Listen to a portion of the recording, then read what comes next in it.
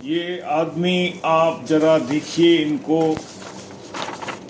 इनको भी supreme court ने हिंदुस्तान बुलाया है और उनको कंटेम्प्ट के लिए नोटिस इश्यू हो गया, जिसका मतलब ये भी है कि सुप्रीम कोर्ट उनको जेल भेज सकती है। इस आदमी का नाम विजय माल्या है।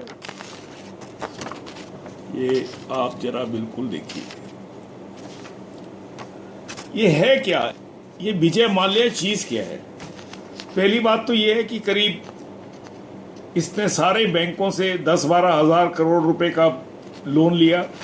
बैंक वाले करप्ट थे, बैंक के सरकार करप्ट थी, क्योंकि बैंक का चेयरमैन कभी भी जब तक उसके ऊपर कोई बाहर बड़े हाई लेवल से उसको सिफारिश आए या कहे इसको करो, तो वो सभी इन्वॉल्व थे। और ये बड़ी शर्म की बात है कि ये करप्ट कंट्री है हमारा। ये सबसे बड़ा एग्जाम्पल है। इस व्यक्ति का जिंदगी में इसका स्लोगन था, ये किंग फिशर की बियर है। वो अपने को कहते थे, I am a king of good times. Kingfisher पियो, खुश रहो। और सिर्फ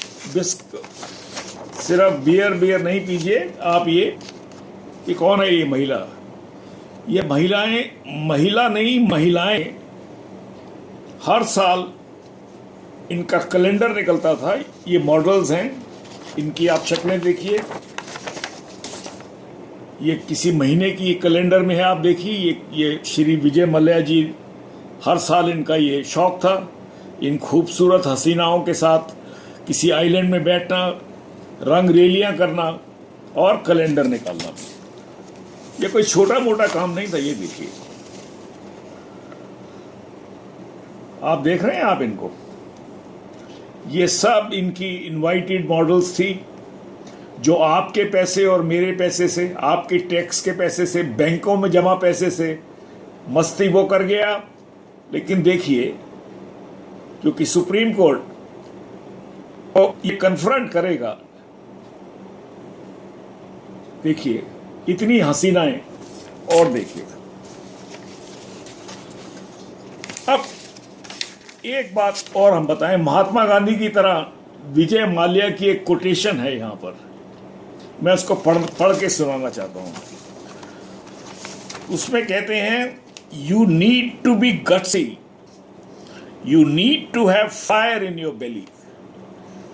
ये कह रहे हैं कि अगर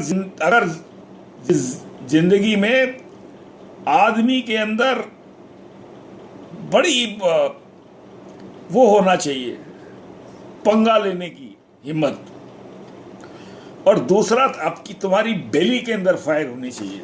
तुम्हें पता होना चाहिए, तुमको मालूम है कि तुम्हें औरतें चाहिए, औरतें आएंगी। तुमको मालूम है पैसा चाहिए, पैसा आएगा। तुमको मालूम है कि मुझे चीटिंग करनी है, आप चीटिंग कर पाओगे। आप लोगों को बेवकूफ बना पाओगे। और इतना बेवकूफ, कंट्री इतना करप्ट हो चुका है कि ये राज्यसभा का एमपी बना, उसमें सारी पार्टियां इन्वॉल्व थी। और वो सिर्फ इन्वॉल्व नहीं थी, वो एक कमेटी होती है बड़ी क्रूशियल हर एक मिनिस्ट्री की, उसकी कमेटियों पर भी श्री विजय माल्या जी थे। अब मैं आपको इसकी असली कहानी पे ले चलता हूं। ये करता क्या था, ये देखिए। ये किंग फिशर एयरलाइंस, जिसका सबसे महंगा एयर टिकट था, क्योंकि मैं एक बार ट्रेवल किया था और मैंने देखा, मैं इसका दुगने इसके ट्रेवल के होते थे। और अब मैं आपकी जरा इसको पढ़ के बताता हूं आपको। किंग फिशर अप्रैल 2005 में शुरू हुई।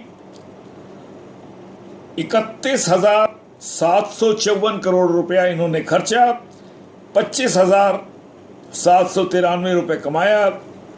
तो इनको 6,000 करोड़ का घाटा हो गया पहले साल में।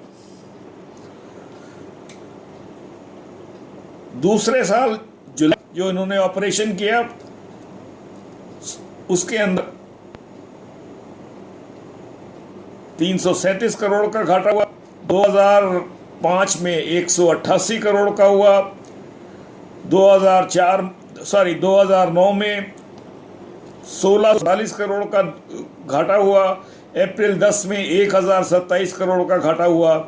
और आखिरली बंद होने से पहले उस साल में इन्होंने 732 करोड़ का घाटा किया।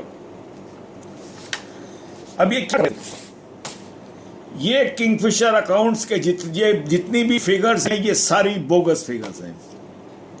ये किंगफिशर एयरलाइंस में क्या, क्योंकि बियर और शराब के धंधे के अंदर बेहताशा पैसा है, क्योंकि एक्साइज बहुत है, लोग दारू पीते हैं और उसमें दुनिया भर का नंबर 2 का पैसा इकट्ठा होता है। तो इनको प्रॉब्लम ये हो रही थी कि इतनी ज्यादा दारू बिकती थी इनकी, इन्होंने कहा किंगफिशर उड़ाते हैं, मजे लेंगे, सब कुछ करेंगे और उसमें घाटा दिखाएंगे। और हमारे लोग, हमारे देश में, मेरे डिपार्टमेंट के, इनकम टैक्स डिपार्टमेंट के, पार्लियामेंट के, कांग्रेस की प्रेसिडेंट, बीजेपी, पता नहीं किन इनके, तो ये एक आदमी, एक आदर है कि क्या तो आपको इस पे चलना है,